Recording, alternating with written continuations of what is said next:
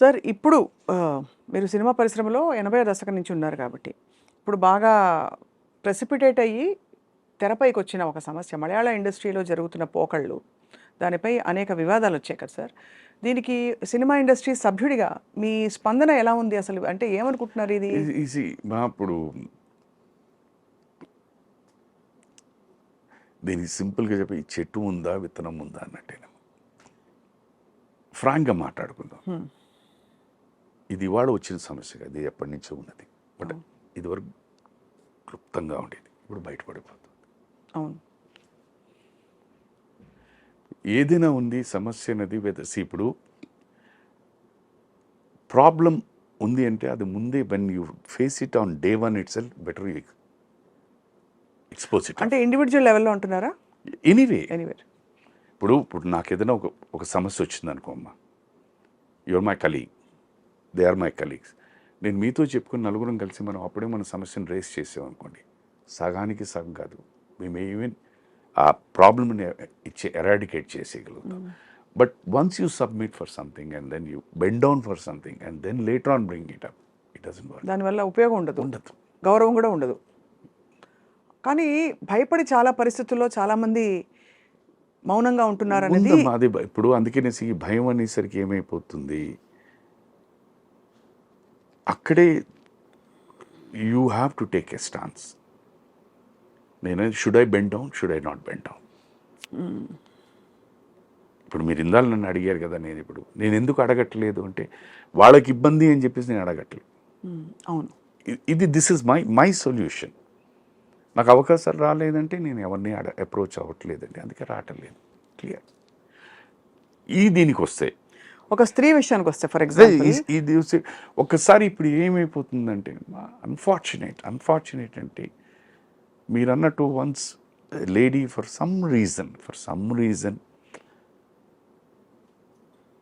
she bends down, it is exploited. Today it is A, tomorrow it's B, C, D, E, F. దీంట్లో ఎక్కడో ఒక rupture వస్తుంది ఎవరితోనూ, that flares up, అది ఇష్యూగా మారుతుంది. అప్పుడేమవుతుంది, an A or a B or a D ఎవరైతే ఆ రోజు లేదా ఈ రోజు లేదా ఇప్పుడు ఎందుకు వచ్చిందని వస్తుంది అని మాట్లాడతారు. అవును. సో వాట్ ఏమైపోతుందంటే each one is trying to exploit or expose the other person. as a వ్యక్తిగా if I let me take Sudhakar as a male and so I'm trying to expose the minuses of that person. వారు నా minuses expose చేస్తున్నారు. నా దగ్గర ఇన్ని proofs ఉన్నాయని నేను చెప్తాను, ఆవిడ దగ్గర ఇన్ని ప్రూఫ్స్ ఉన్నాయని ఆవిడ చెప్తాను. తర్వాత ఇంకోటి ఏంటంటే అన్ఫార్చునేట్లీ ఏంటంటే ఇప్పుడు మీరు అడగచ్చు, ఇవి ఇక్కడ ఇండస్ట్రీలోనే కాదు, ప్రతి చోట జరుగుతుంది. బట్ మనకున్న గ్లామర్, అందుకని సినిమా వాళ్ళు ఏంటి రోజు వాడు పొద్దునే బ్రషింగ్ కూడా డబ్బు కట్టతో చేసుకుంటారు, స్నానం డబ్బు కట్టతో చేసుకుంటారు, పడుకునే డబ్బు అనే ఫీలింగ్ ఆడియన్కి ఉంది. సో మన దీంట్లోంచి ఏదైనా ఇంత వచ్చిందంటే it will be spoken hour so much. అవును. మీరు విలేజెస్లోకి వెళ్ళారంటే వాళ్ళ దగ్గర ఉన్న రెండు సాలిడ్ టాపిక్స్ ఆ రచ్చబండ మీద కూర్చొని మాట్లాడండి. One is politics, next is cinema, అంతే. మనం అంతటా మనం ఇలా ఎక్స్పోజ్ అయిపోయి తప్పే, నేను కాదంటలేదు, చాలా తప్పు, నేను కాదని. అంటే ఎక్స్‌ప్లాయిటేషన్ ఉండడం తప్పే, ఉందన్న మాట వాస్తవం. కానీ అది ఆదిలోనే ఉంచారంటారు. నేను ఇవాళ on camera I'm asking you show me one profession in this world where this no exploitation.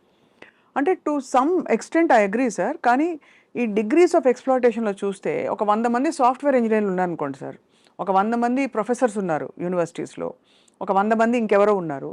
ఆ ప్రొఫెషన్స్లో ఏమిటంటే గబుక్కుమని ఇటువంటి విషయాలు అంత తరచుగా జరగవు. అయితే సినిమా ఇండస్ట్రీలో ఉండే అన్రిటన్ రూల్స్ ఏవైతే, ఎందుకంటే అది ఒక సంఘటితమైన ఒక ఆర్గనైజ్డ్ ఇది కాదు, సెక్టర్ కాదు, థింగ్స్ స్టార్టెడ్ ఇవాల్వింగ్. దానికి ఒక పే స్కేలు, స్ట్రక్చర్లు ఇవేవీ లేవు. Everything is whimsical according to it's individual unit. కాబట్టి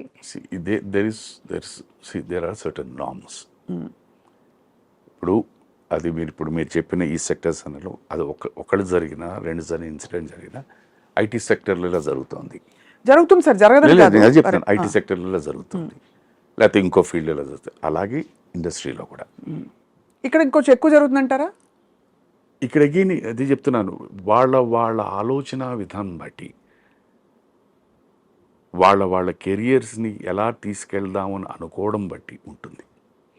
there are certain people who just bend down to at least make a living or carry in the industry.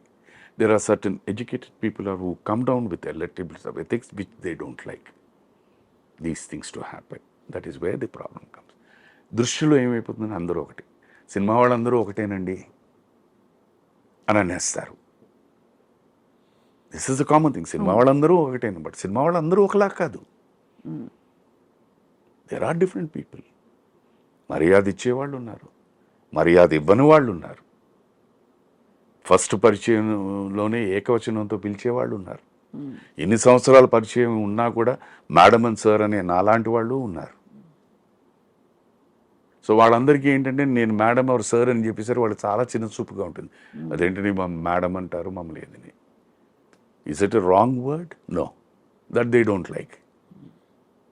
But ఏకవచనంతో పిలిస్తే they love that. Hi హో అనుకుంటారు. అది ఎందుకది? అది ఎవడిస్తున్నాడు? అది సను I'm telling you. So ఇప్పుడు సరే కమిటీలు వేశారు సార్, అన్ని చాలా పెద్ద పెద్ద వాళ్ళ కమిటీలో ఉన్నారు. ఇది ఈ ప్రపంచంలో అమ్మా చదువు అని పక్కన పెట్టేద్దామా, ప్రతి వ్యక్తికి అది మగైనా ఆడవాళ్ళకైనా జ్ఞానం ఉందమ్మా. ఏది మంచి, ఏది చెడు, ఏది కరెక్టు, ఏది రాంగు అని అందరికీ తెలుసు. నీ మంచి, నీ చెడు, నీ కరెక్ట్ అండ్ రాంగ్ నీ అవసరాల కొద్దీ మారిపోతాయి. ఇది వాస్తవం. ఒక కోణంలో ఒక దీని దృష్టిలో ఒక దీని మీద ఇది చెడు అంటారు, అదే వారి దగ్గరికి వచ్చారు అదే దీంట్లో ఇది మంచి. సరే ఐడియల్గా చెప్పండి సార్, ఐడియల్ కండిషన్ ఎలా ఉండాలంటారు మనిషి తన ఇప్పుడు ఇలాంటి పరిస్థితుల్లో?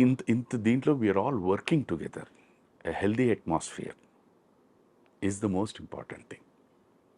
ఇప్పుడు నేను ఏ వ్యక్తిని ఎప్పుడు ఒక చులకన భావంతో చూడద్దు. ఇండస్ట్రీకి, ఫిల్మ్ ఇండస్ట్రీకి వచ్చే వీళ్ళందరూ ఇలాంటి వాళ్ళే అన్న దృష్టి వద్దు, అన్న థాట్ వద్దు. Give them respect. అయ్యో తప్పకుండా. దట్ ఈస్ ది నేను అనేది. అందుకని ఫస్ట్ నేను చెప్పాను కదా, ఒక వ్యక్తికి ఎప్పుడైతే మీరు గౌరవం ఇవ్వడం మొదలుపెట్టారో the whole system and the whole thinking will change. అది ఇవ్వండి, దాన్ని డెవలప్ చేయండి. అది చేస్తే ఇంకేముంటుంది? Nothing. There is absolutely will not have any problem. But మీ థాట్ ప్రాసెస్లోనే తప్పు అనుకున్నారు అనుకోండి, అన్నీ తప్పుగానే ఉంటాయి.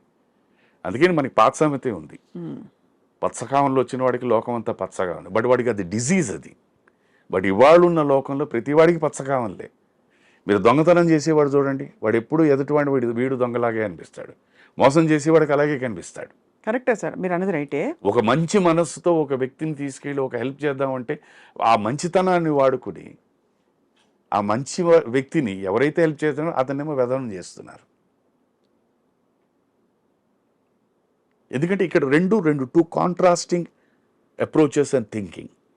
Here is an A who wants to help B. Here is a B who wants to take advantage of this A and make him a fool. So where is the mistake చెప్పండి? ఇక్కడ. పోనీ ఇలా అడుగుదాం sir, ఈ సమస్య పరిష్కారం అవుతుందని మీరు భావిస్తున్నారా, లేకపోతే ఇది కాలక్రమంలో రూపాంతరం చెందుతుంది తప్ప ఒక స్త్రీ పురుషుడు ఉన్న ప్రతి చోట ఎక్కడా కూడా ఇలాంటి ఎక్స్‌ప్లాయిటేషన్ ఉంటుందంటారా సార్? అది వాళ్ళ విజ్ఞానానికి వదిలేస్తానమ్మా. ఎందుకంటే నేను దేని గురించి మాట్లాడలేను. ఎందుకు నేను ఓపెన్గా చెప్తున్నాను. ఇప్పుడు సుధాకర్ అనే వ్యక్తి గురించి ఎవరైనా ఏదైనా అంటే అతను మంచివాడా, బయటికి కనిపిస్తాడేమోనండి అని అంటారు. అది వాళ్ళ విజ్ఞత.